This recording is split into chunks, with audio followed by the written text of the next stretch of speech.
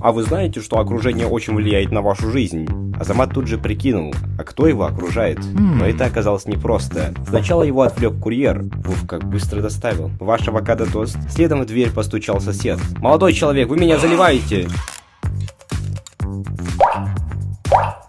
Это что для тебя, шутка? Без спеца тут не разобраться, поэтому звоним сантехнику.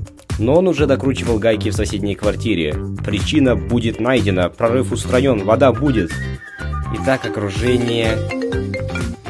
Добрый день, хотели бы напомнить, что вы записаны на чекап через час. Я ж совсем забыл, такси! Астана, серьезно, снег в июле! Полчаса дороги, часы осмотров у врачей, и Азамат может дальше жить своей здоровой жизнью. Вернулся домой Азамат уже за полночь, а дома свежесть и чистота. Потому что к Азамату прилетел мистер Пропер.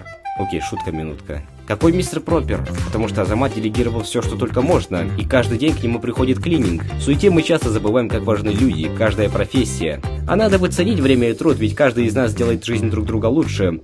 Так кто же меня окружает? Крутые ребята, которые четко знают свое дело. Ну, как в принципе и я.